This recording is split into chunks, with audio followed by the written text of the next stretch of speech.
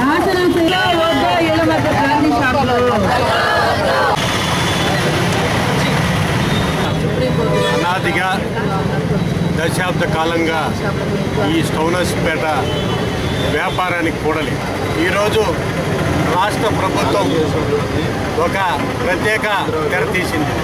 ఇళ్ల మధ్యలో బ్రాందీ షాపులు పెట్టడం.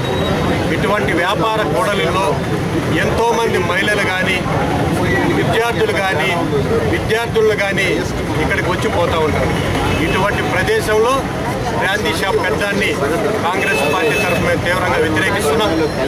ఏదైతే ఈరోజు ప్రభుత్వం ఒక ఆలోచన ధోరణికి వస్తూ ఉందో, ఈ మధ్యకాలంలో ఈ ఎక్సైజ్ శాఖ మంత్రివర్యులు జవహర్ గారు వీరు దాగడని చెప్తాడు.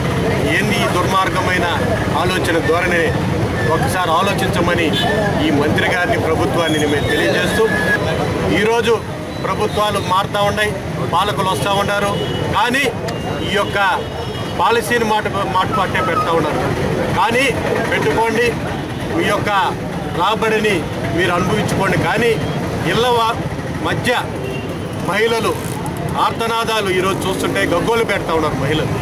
ఇటువంటి ఇళ్ళ మధ్య ఇటువంటి కూడళ్ళ వ్యాపార కూడళ్ళలో మద్యం దుకాణాన్ని తీసివేయాలని కాంగ్రెస్ పార్టీ పక్షాన్ని మేము తెలియజేస్తూ, ఏదైతే ఇటువంటి దుర్మార్గమైన ఆలోచనని విరమించుకోమని ఈ సందర్భంగా నేను తెలియజేస్తున్నాను.